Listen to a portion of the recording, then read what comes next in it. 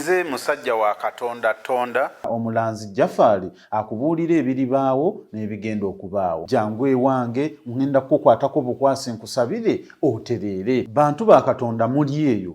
Mutawaanyizibwa endwadde amagini gabakozesa emizimu egy'abantu abafedda abanoonya emirimu bannange leero omukisa mulimu abaagala okunyweza abaagala baabwe leero bano abatatereera abo mbanyweza nga mpise musaala kubanze ndi musajja wa Katonda omulanzi abaana bamwe bali mu makomera jangu ngenda kusoma busomi saala yange olabe ng'embeera yonna etandise okukyuka mu bunnambiro bwe mba nkutte ku nsonga yo n'otereera obadde okimanyi nti ekyoto kino kiriko amaanyi ag'enjawulo osobola okusabirako ekintu kyonna kyonna ky'obadde oyagala embeera n'ekyukirawo mu budde obwo akasiimo okampa omaze kulabako mwe abanneetaaze nsangibwa mukono wa Anthony Nakisunga gwe atasobodde kusituka kujja wano osobola okuyita ku simu 0700898888 oba 0783988813. Gonza musindika ya sente eri abagalwa abo mu nyaffe Uganda ng'okwesa enkola ya tap send enkola eno nnungi ate nga yeesigika kati genda mu simu yo odownloadinge app ya tap send TAP olwono nawe weeyunge ku mpeereza ennungi mu kusindikira abagalwa abo kozesa promo code Kasuku nga toyawuddeemu abali mu UK ojja kufuna pound 10 Europe ojja kufuna euros 10 USA ojja kufuna dollars 10 Canada ojja kufuna dollars 10 ate nga kino kisinzira mu nsi mw'obooli kati gwe abadde atawaanyizibwa mu kusindika ensimbi eri abagalwa abo okumanya ebisingako okufuna app ya tap send ebifudde byangu nga tukusindikira abagalwa baffe ensimbi mu bwangu ddala. Boss Lugalabi Mugobi gulu yakedde kusiba tile ekawungezi ne ziyika ne muleka leero akedde kuzisiba kati mbadde nzigala ekinabiro bwe ne zingoberera akozesa biki alina ekiveerezo kiyawo tekitegeerekeka oba mulimu ki abantu bakyabikozesa basibisa Arapex Style Adhesive tiles ne zinywera Arapex Style Adhesive takyaliko kubaganya birowoozo buli ayagala okunyweza tiles ku kisenge oba awantu wonna gwakozesa ne UNBS yakonamu dastamp ng'omutindo kyekyo akolebwa Ziden Tile Center ku noti 753 noti 65 28 Shukra Herbal Solutions Katwe faba kubuka mu kujjanjaba endwadde ez'enjawulo nga tukozesa eddagala ery'obutonde tukuwa eddagala erisembeza amagi gwatazaala tulina eddagala lya 3-in-1 muwoomya supu taiti n'akabugumu tulina eddagala lya kabotongo ne syphilis nga bino tubijjanjaba ne biwonera ddala tulina ka tube cleanser nga kano kayoza enseke tulina ka water syrup nga kano kasumulula taapu ate nga abakyala twabaleetedde ka taiti piuzi ezijjanjaba infections ez'enjawulo nga naawe omwami ayagala okulwa mu kisaawe twakukoledde ka jab ointment tulina slimming pills nga namwe abenyooma mu size tukuweera ddala eyo size gye weetaaga ate nga naawe omukyala ataweebwa twakukoledde kabuweebwa akakugulirawo emikisa tulina ne ka return oil akakomyawo omuntu wo kubira aba Shukra Herbal Solutions Katwe ku nooti 75844314 beba Shukra Herbal Solutions Katwe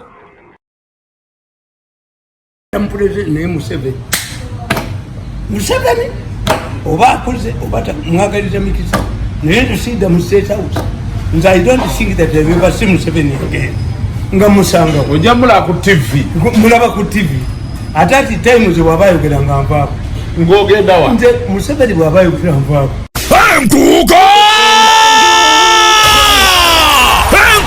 bya bimwe vimba liri sibe tongo ligalawo omwaka antiko esanyu tugenda kwesasuza emyaka tetumaze ng'enkuuka nno ennyonta gitulina ogimanyi amazina gaffe gali mu biwaddo tugalawo bya bimwe ne tugulawo 2023 abayimbi bonna bakomediani bonna badije kasigaze n'omu ekigwo children's park weri ebyesubo by'abaana bibouncing castles byonna tegula mu lubiri wonna lwakamasi ebirago nfofoolo keera mu nkuuka onoonya ekisumuzo kya pikipiki bw'okifuna kitwale jangu otambulireko mu helikopta tukulabo n'embandi ku makya lukoba ku lukoba tunyanyagiza emirere onoowulira enkuuka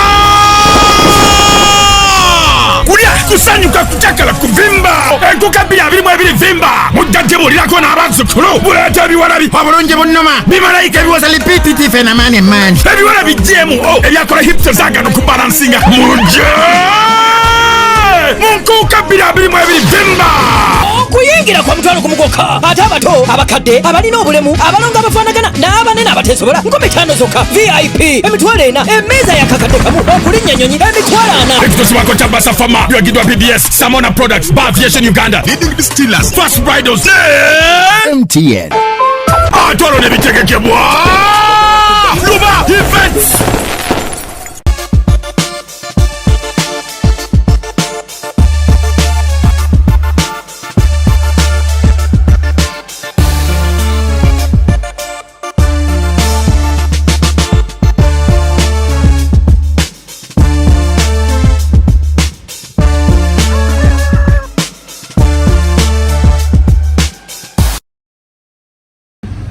abakazi obimanyi ngenda kukasibanja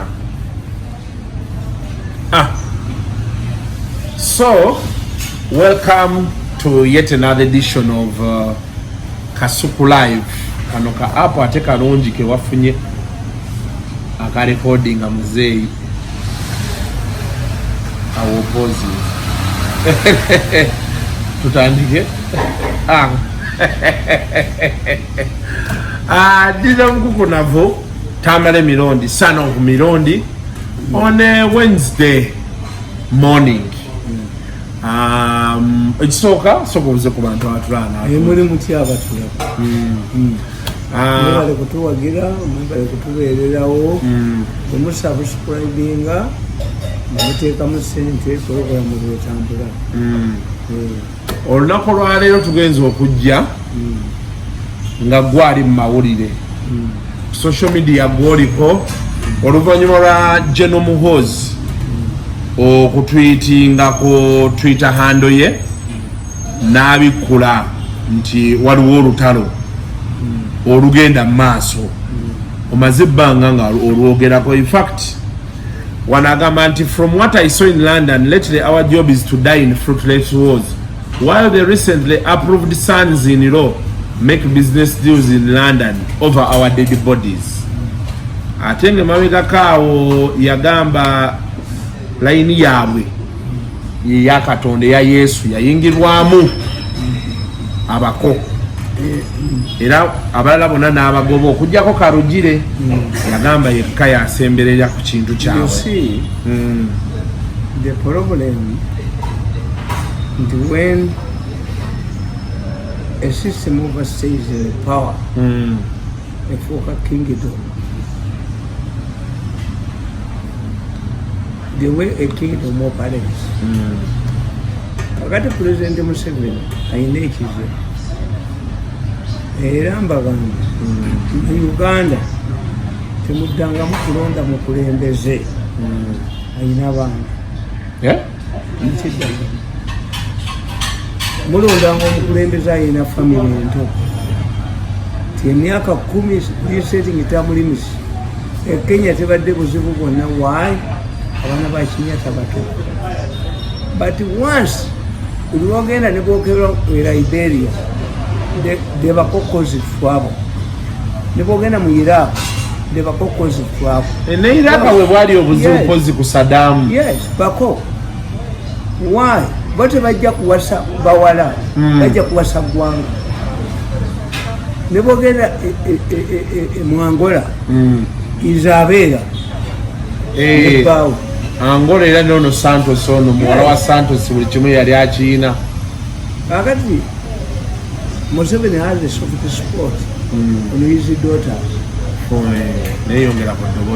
Yes, and chembabulira nzomukoye yankuba ngalowooza ndi mwangu tukubaganya emyaka 10 ate sirikolagana ko naye kunsumuka buli ne mukulu sinza kulagana na Rwabogo ajoze family yange yonna nakijoka natwonona nanfuula embwa abaana bange ne batasoma nagambye salente abaana bange tebasoma nawakana Museveni n'atampa yadde 10 ne mmange bwe bakuba lwa Museveni n'omukaganya omuko nze banzite naye kyemmanyi kinaatera tunatera okwalika kubanga abako ensi yabatabu the bako cannot win a war against Muhoozi ayina amawulire nayonoona abantu nakuba buli muntu kati ye Museveni alowooza nti asobola okukola nga kabaka wa Emirates eyakwata abaana baabamu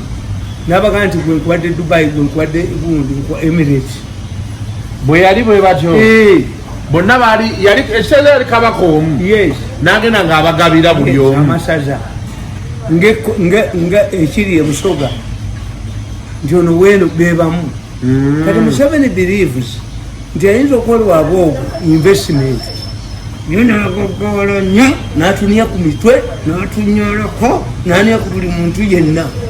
Rwabogo is the most headed person in Uganda. Ne bwe yesimba n'eddikula amukuba ekyo, ne bwe yesimba n'ekkola ajoze buli muntu yenna n'agenda mu gavumenti n'anjoga n'akola ki. Kakati bwe kye batamanyi their strategy is wrong. Muhoozi alinga nze I sympathize with Muhoozi 100%. Nti omukoyo yannerega ngalowooza ndi mwamu bajja kunjoga atwale 5 billion yakagale nsimbwa magikole Museveni ankwate. Museveni humiliated me and so like embwa sisobola kukuba. If somebody come and bring Museveni's appointment bila wesasi tuli nkola mukayuka city council nga nenjola mu amazi sinzo kwera minister mu government ya Museveni ngoyo mukaje ogabana kakati kiri ekyo tuli ku Muhoozi. That's why Muhoozi says nti tuli balwanyi. What Museveni did kyali kintu eki Museveni yalowooza yaleme kulowooza nti eggwanga lirye. You liberated it but you don't own it. Kakati ye Museveni alowooza nti Rwabogo amuwe investment agagawale nnyo n'akajiiko ajja kasulawo ngadduka bw'aba talina mpisa lino eggwanga si lya Museveni can subdivide the Rwakitula farm but he cannot subdivide this country. Okitegedde kakati yasobola okwawula mu faamu ye naye si Uganda bagamba kyona akole sente akagawale nnyo nga Ramaphosa. If money makes you, why are people fighting to remove Ramaphosa? Egundi yawonya akalulu eggulo Malema yabadde amutwala n'abako bajja kudduka buddusi because Museveni is torn between his son and the bako. Eggwanga lyaffe abako teri abaagala tiri bali mulenzi oyo omulenzi ajoze nnyo abantu oba atutte naye oli mutta. The best Museveni can do is to buy Rwabogo farm in Zimbabwe when available. But why could he be torn between his son-in-law and his son? Yes, anti bali bawala abaagala nnyo. Oba waliwo deficit Muhoozi gy'ayina? No. Taata we gy'alaba nga tajja kusobola. How can he be a good fighter? Baganda bakugamba babikulya naye balungi emirimu. Ffe tujje tuboogere nga ne mwanda we ya Rwabogo akakiiko nenakubeera mwanda we ya Rwabogo Rwabogo njoka niyo ku mutwe nkubemumba kuli nswira amasi mwenye wenye family yange wenye mange yabuuza jjo nti naye Museveni nedda omuko situkolekonako na Rwabogo ku nsi mu kabuli ne mu ggulu Katonda even God cannot reconcile with Rwabogo. Rwabogo killed my political career nesirika naye tuli mulabako olunaku olumu ng'ali kabangali. Is Museveni going to stay here for a long time? They are winding up. Tubabalira ennaku nga za kisiibo amakama niyo ku bantu kati bo balowooza nti Muhoozi kati mulage mawulire musiru muki Muhoozi is a highly intelligent man and has stood his ground. Nyanjula yagambye on deputy road mayor yagambye Muhoozi bagenda talina kwewaana nnyo bagenda owamba koni yakomawo na masefuliya ga koni na gitaya abo bonna walamu ezimbwa oyo omulenzi yaziwa ssente kuba yayina ssente lizasi nedaka tulinde Museveni aveewo. Museveni kambabuulire Museveni afaanana ng'omusajja gwe baatubuulira muto eyayina amalagala ne lumonde n'embuzi nedda ye aveewo. Museveni aveewo alekere Rwabogo netumwe ne Muhoozi tugane Museveni aveewo tabe obanga engoterya embuzi n'amalagala negali awo naye kati ssaawa eno wano si echance Bobi Wine gy'alina okwata ekintu bano nga bakawaabwe Bobi Wine waabwe abasiraamu baba bagenza okubba omusajja nabakanyugira esefuriya y'embizi bonna badduka Bobi Wine ono y'amateeka ono Rwabogo tasobola kufuga ggwanga. Museveni is investing in tasobola kufuga ggwanga Rwabogo. Ensi yatamwa Rwabogo ajoze buli muntu yenna bapetikabya najoga bane najoga nze Museveni ambassador zange naziremesa nakola atyo nze nagenda waffe mu nsozi nkeera kuma byoto Museveni mange gubakuba amagulu omuntu eyanazizaako enziro sale yanazizaako enziro oba Museveni yamulagira naekyo kife naye singa genda wa Museveni nti nve ku Muhoozi sisobola tuyinza kukinki yinza okuba ennyondo bweyogera ku Muhoozi okuba ennyondo mutwe kuba Muhoozi musuubiramu ti ali tukwatira ku mukoyo nomubira kabangali ensi singa Muhoozi akeera ku makya nakwata nakwata ekiwanuka nakwata Kalugire nakwata Gundi tumwebaza nakwata ababe bana basokolera nabakuba amasasi nakwata ku babe babeseni nabakuba amasasi afuga emyaka nanga tiwalira musabika. That's why, because I know Muhoozi will be very popular in the future. Mbagamba bana muteka Tamale Mirundi Rwabogo tayina Museveni bwana akola atya Rwabogo is a hated man ajoze buli muntu ye Museveni amwagala n'atujoga n'atunyarako fe banyaffe bazaala bidoli babiniemu twakkiriza banyaffe bazaala ebidoli bo babiniemu bo baniye banyale baniya banyala Rwabogo baniya bwasiisa bwaniya bwa naye omulunuzi tumunyina mwani kuba ne bwonookera ku makya n'ogamba Rwabogo tasobola kwesimba bunaye ajeyo Rwabogo ajeyo mpabula tusimbewo ddiikuula ye Museveni kamuwage yakolera muwalawe Rwabogo Museveni yakolera bazzukulu be abamuwala be yawasa ekikulu tumukubireko mu ngalo Museveni naye ffe tetujja kuwagira Rwabogo naye wamuyisa tuli ku Muhoozi Mirundi era nesale bwe yampise namugambe namunyonyodde nemugamba nze sisobola kuwagira Rwabogo nolunaku noto amunyabonyeza emyaka 10 abaana batasomye basomi abaana bange abatasomye basomi abaana bange abatasomye basomi at least oyo Rwabogo yajjawo emmotoka yange agitwala Muhoozi yagikomyawo natujjako n'amafuta nkeera waffe mu nsozi kukumaka saana lunaku lumu ali kuba ebigenge alitambulira mu kagaali k'abalema alijja waffe neyetonda Museveni emyaka 14 yangobanga mubbi wange bwenkoledde emyaka 14 Museveni yangobanga mubbi wange navumye nazaalawo nze Museveni ayinza okupita sale yampise nengendayo Museveni ayinza okumpita nengendayo mu State House. I cannot go to State House again. Siyinza kuddayo ntugeddwa nnyo mange naabona nakola ki nzo bakwata njagala Museveni ampa obwa minisita alese mukubekisase mumutwe siyinza mu gavumenti ya Museveni nkola mukasekanomukutu ajja kunyako ye Museveni is torn between the two people yalowooza nti ajja kusafu nti bano bwebagera mawulire bwebakalaki bwebakuba Muhoozi tuli ku Muhoozi 100%. When Museveni brings his Muko, we shall support Muhoozi. And the more they want to humiliate Muhoozi, the more I gain is it's a war. In fact, the best thing Museveni would do to Rwabogo is to buy a farm in Zimbabwe. Aduke Rwabogo abantu bamukyawo ajoze buli muntu ajoze bakataka ajoze anjoze naniyo ku mutwe nonyemulako ayagala mukombe mu nyuma ogamba nti abantu bamukyawa tebera a very big statement. Yes, oboga gwe wamukyawa yesimbawo tumusimbeko ddiikuula twagala Rwabogo lwe yesimbawo Museveni amusimbewo all the facilities tumusimbeko ddiikuula Muhoozi ajja kujja luvannyuma naye twagala ddiikuula mala okuba Rwabogo amugyewo ye Museveni yawadde Rwabogo business agagawale. So you're echoing what the general posted on Twitter. I know it. Rwabogo bamuwadde yabeere mu investment naye ng'obugagga buzimbirawa kukizinga kwajoza abantu. Rwabogo Museveni must be bold enough. Rwabogo must take a bold decision. There is no way Rwabogo will be in Uganda without Museveni. Rwabogo must invest in this way.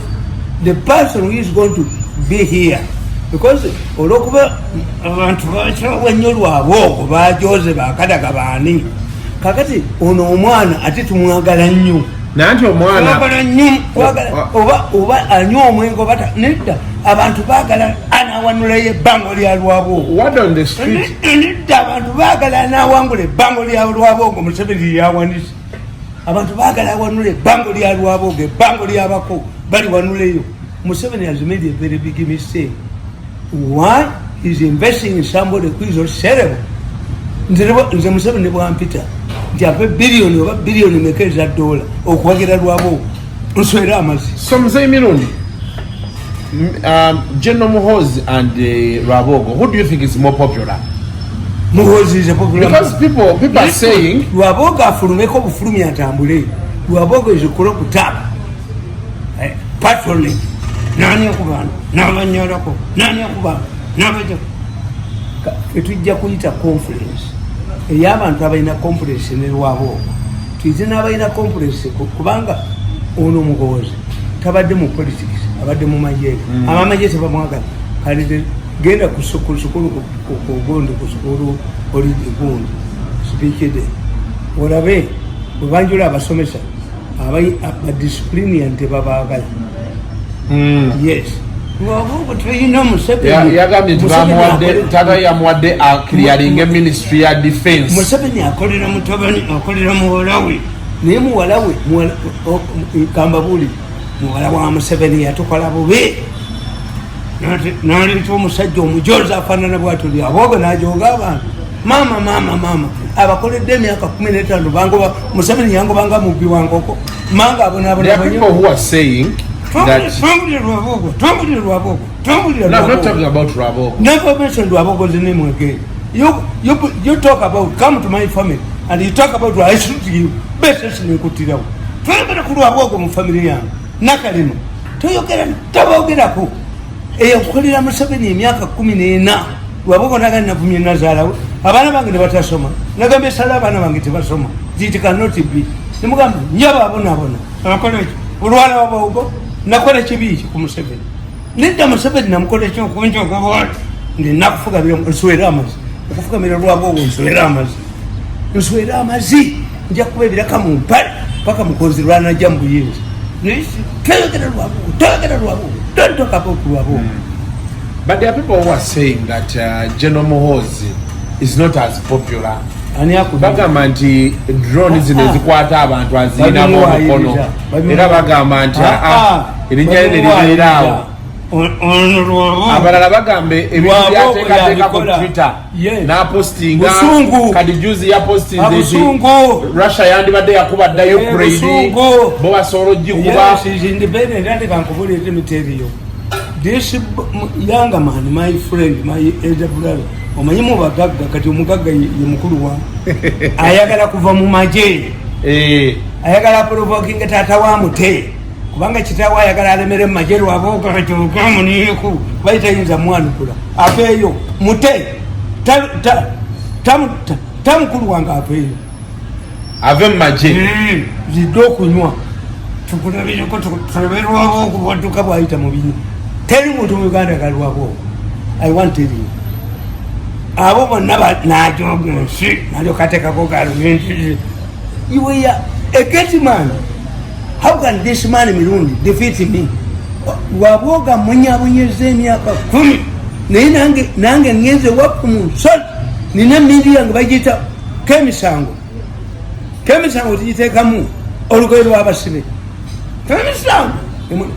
I know Musango kumlemedde ku Museveni wana akola atya Kalugire yatwala sente zange Kalugire alizisasula balizeta nti sinzi kwogera na Kalugire na Rwabogo na kiwanuka natumwebaza enswera amazi bamunyabonyeza nnyo abaana abo bamunyabonyeza ndinono ndine sale ku business ndinono oyine Gen Muhoozi Museveni tayinza kumpica nengendayo tekisoboka Museveni yeya yankanyuga munyuko ng'amazzi namba sente zange Rwabogo nazikwata. Why does he travel with him to London ne Congo yayonoonayo bagenda mu conference kasita abantu balaba Rwabogo ekonga nekiyiika ono alwana lutalo twale Rwabogo naye Museveni Rwabogo kyeyakolera bwekyo naye akkulu Museveni yagala muwala we naye Rwabogo akiyiye luvudde muwala okiyiwa ekya olowooza lwaki batukuba ekongo Rwabogo yagenda mu presidential jet katago yavuma n'amugoba nga yamutegekedde nze sisobola nswera amazzi nze banzite nswera amazzi kadaga gwe mwagoba n'omukubako gwa sipiika n'omufuula minisita bwe yakola omukolo ekongo gwa bizinesi yagira mu presidential jet ababirigi ne bagamu bembeddeyo Muhoozi alwana ono agira mu president naye Museveni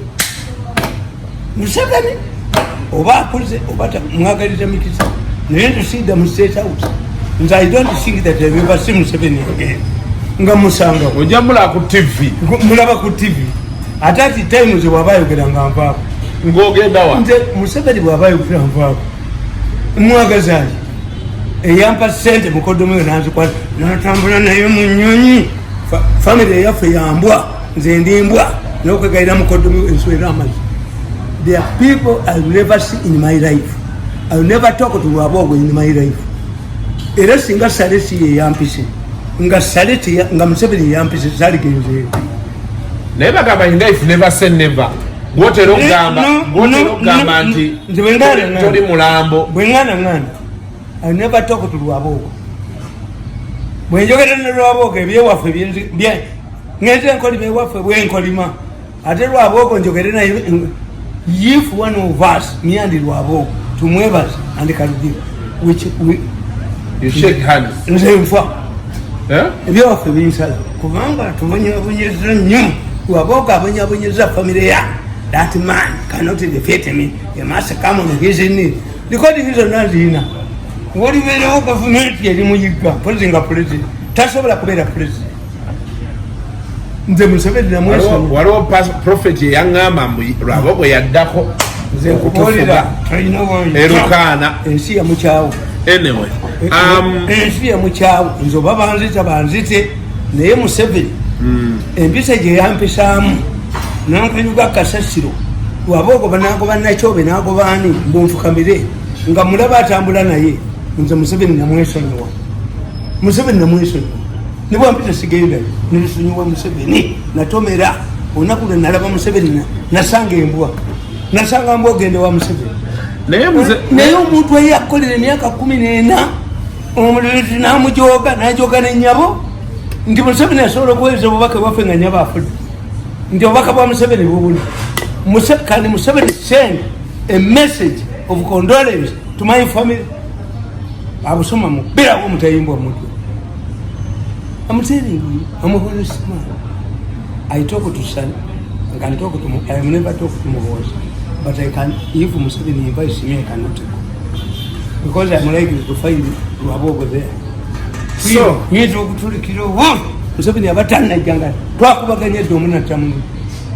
No, mwana wa mwene yasoma, kwegamba nze mangu yali anzaala, yazaala kidoli kya Rwabogo. Yemange yazala kiduli yene yekalisa sizala wena naye mange ye Museveni bwatunulamu ye mange ye yazala kidoli kwegamba Museveni agamba ti mange yazala kidoli mukodomi waniye waniye omukobo waniye nze tajja kunniyamu nze ndi mando tajja kunniyamu. Anyway, now ezo nga bezigenda maaso Anite ye yagambye abo sima aba standby generator bamala budde Museveni akomawo 2026 era yegwe baliko Anite wow oyala wekoboko kano kalwebamba ne ministro yako bagikajjeko ne bagiwa Rwabogo kalwebamba niye basajja bawaza nikati akakazi akanyirirawo kefunguli akakazi ako banaye goboka kwana okakwanawo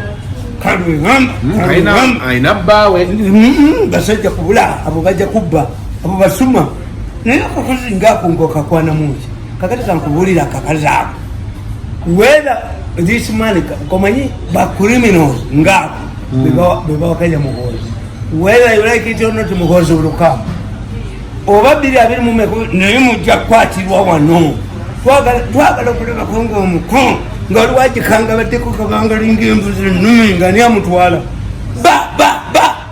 abasokolera z'abantu people who fear Muhoozi are criminals tujja kubalaba konga ako kagikanga baddeko bakagoba ewaabwe wakamwe gatiwetibagatiwa tuyoanikazi nakalinga entukani kaddusenga kagenze n'ekigongo kepankapanga for us we don't mind but haven't we seen embaga omuntu nakugamba omukazi oba yakala otyanja mumufumbiro okumufumbiro obufumbo tebufa kanina tegwa egwa if Museveni come nobody is questioning this if Museveni comes back nga ina abantu abalinga Rwabo nga ina abantu abalinga kana akakazi kanambi akazunze nakala wowe nambi yalabise nakalabye mu kifaananyi kati kagenda kuzunza endwadde zaako kekatambula nendwadde kekatambula nambi yani ani nambi yajja ne Walumbe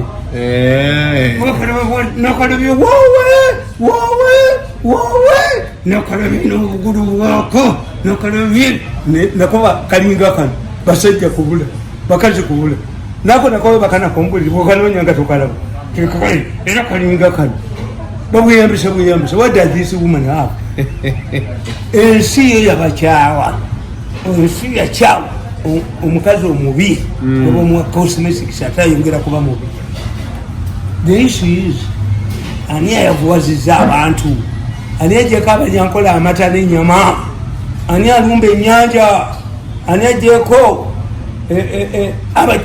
abasoga ebintu byabwe wewali ekwezo omulabe bwadduka mbuye Muhoozi asigale mumaje nga Rwabogo amujoga agaveemu akole ekibiina tubambale NRM nakyo ekibiina kiri awo kyamaanyi Muhoozi aveeyo akole ekibiina tubabe bakawangula dda kansinza amaanyi kaje kakole pulogulamu nange nkole kalwebamba akalinga ekikajo kyekakole nze nebatusigala ku nsi babiri nekebamba era mpire nebakakisi ngaera mutaka tesituka konna kalibuwekati ate bakakuba nekogera I'm hearing telephone numbers kulimbo yombwe yinyini mbwa. Now finally months after Namuganza said bali bagezaako okumutta wiki ewedde yali ku floor of parliament n'ayingira speaker among ne bbaawe bamagogo ng'agamba bakozesa bbaawe ensobi era obufumba bwabwe tebuliyo n'ebisigadde bagenda musensalinga mu parliament. Namuganza is dead. Namuganza is dead, eh? Why? Because is one, the rules of parliament. When somebody, a member of parliament, raises an issue on the floor of parliament, you either tell him or her to substantiate or to withdraw. Namuganza tactfully yeche yakola ye yayogerera bweru wa parliament. Why? When you talk about bwechogere bweru wa parliament, it requires a lawyer agenda kuwera parliament ani yeshimugamba olowooza Namuganza alina amagezi ago kulikati bapolovoking nene mu parliament yayogera n'agamba ali mu kulowooza kulaba nti aleeta ebyo tikyokute I don't know how bakiyita ku bufumbo obwo teyagenda wala nnyo okuva parliament nti amonge mukwano gwange ewaffe tumuyita maama Beni mu famire yange yazaalamu omwana adopted son amuweerera tumuyita maama Beni amonge mukwano gwange nyonyonyo ne recently yampita nampayo ku kaasi I have my friends. Nekadala yali mukwano gwange nnyo singa w'abaana. Nabbanja ye nabbanja ye sikyagala kwogera naye kubanga ye bakozesa mukozesa fuserobozi. Nabbanja by the way waliwo ebbaluwa yazze nga byalugaba abamwongedde emyaka egi. I don't know how authentic it was. Kandi kubolidde nabbanja yakozesebwa bali basooka kukuba kati alina tumwebazibwa kati agenze wafa beta kalisango be tumwebaza liyabedde. That woman is moving with it. Kulooks. Ne petika me bwali bamuwamba. No ngenda muku. Walinye wafu ngenda akatabuka akebinazi. Ngenda kuja monka fulu. Ngenda bakubira nabanja muoneka wafu. As I usually do. Let's nabanja ngenda ba akolia tumwebaza. Ana omulenzi ana mukoja yali ne tumwebaza. Atende nagambye sale mwenda mu muogo minister. Andrew Mwenda. Yes. And I talked to Sale told me, Nimuganti, why drones to kids and because the issue is not a drone. There is no constitutional requirement that the police can do this. Motoka natambi yanga mube bakute yenu teri kati namuganza kamba budi diddewa. Namuganza agenda kuba speaker ne deputy speaker. Agenda bakuba abamalewo. Why? Namuganza is seeking the constitutional court to interpret the law. Whereas the powers of the speaker, the deputy speaker, and the parliament begin and end. Yes. Namuganza is a liberator.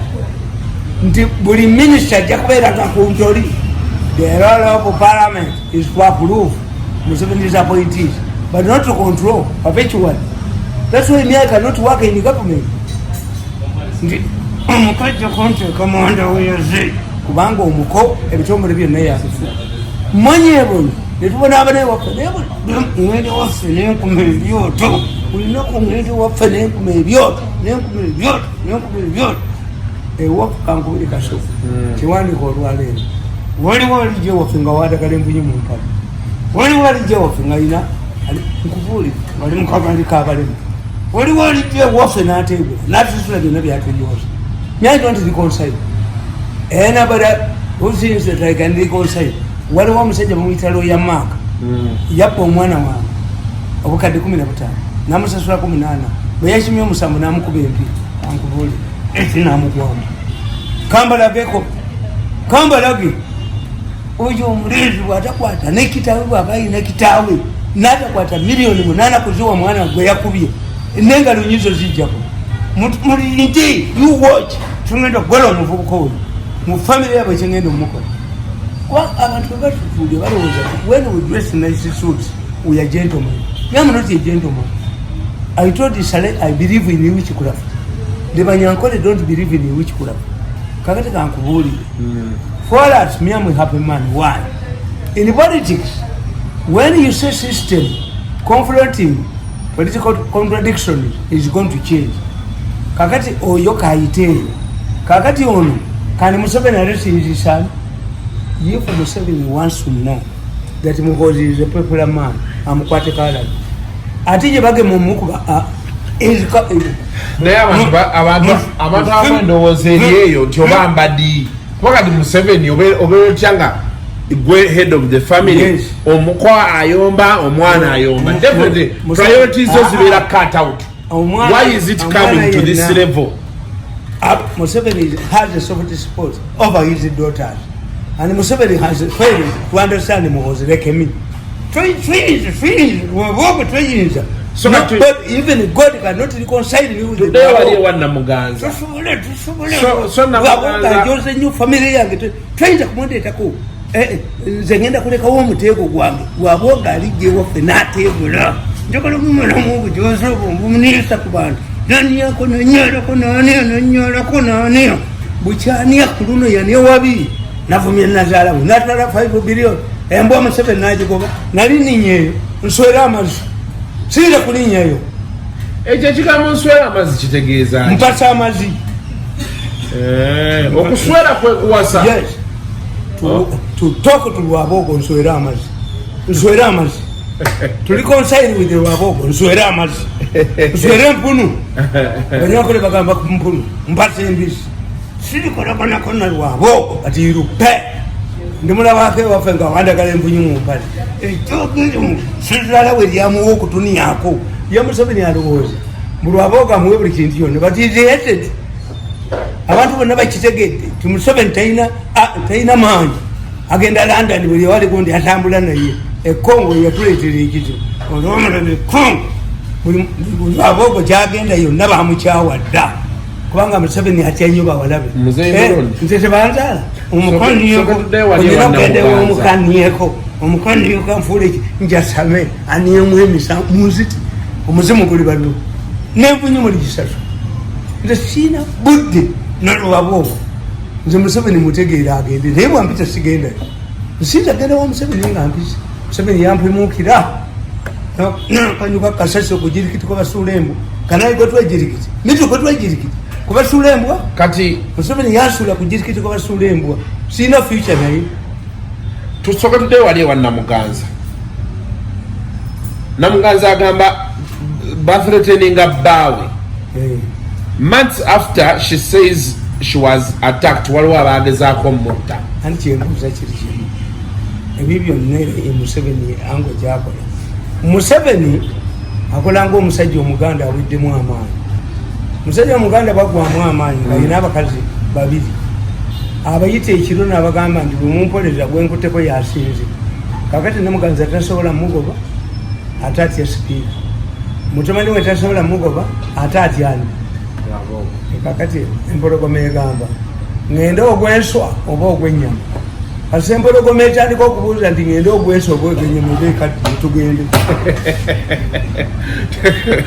empologoma bwetandika okugamba ngende ogw'ennyama oba ogwenswa empologoma eri enswa eri enswa mmeka ebiswa bimeka kubanga ebiswa bibuuse n'ennyama weeri kati empologoma etandise okubuuza ngende ogwenswa oba ogw'ennyama kati Museveni abuuza ngende ogw'omwana wange oba obunkoko ngende ogwa gundi oba ogwono kasita omubaganda omusajja omuganda aba takyasobola kuyimirirawo kugamba nti gwe namba emu gwe osobeza namba ono gwosobeza n'atandika okugamba nti mujje ekiro mwenamba kwateko tetutegeera amaka gaffe tetujja kusuka wano olunaku olwaleero twagala okubebaza abatulaye. It's been a bit brief but Muzeeyi Mirundi akantu kange anti batuga nti a short speech is a miniskirt so short but it covers the subject. Omukazi alina nnika ataakunamu ate nnika mwana wange tefunyisa mukazi lubuto tebagibanja bwokwatira mukazi w'omuloogi nika yesooka okulaja nangoze nange banzijeemu dda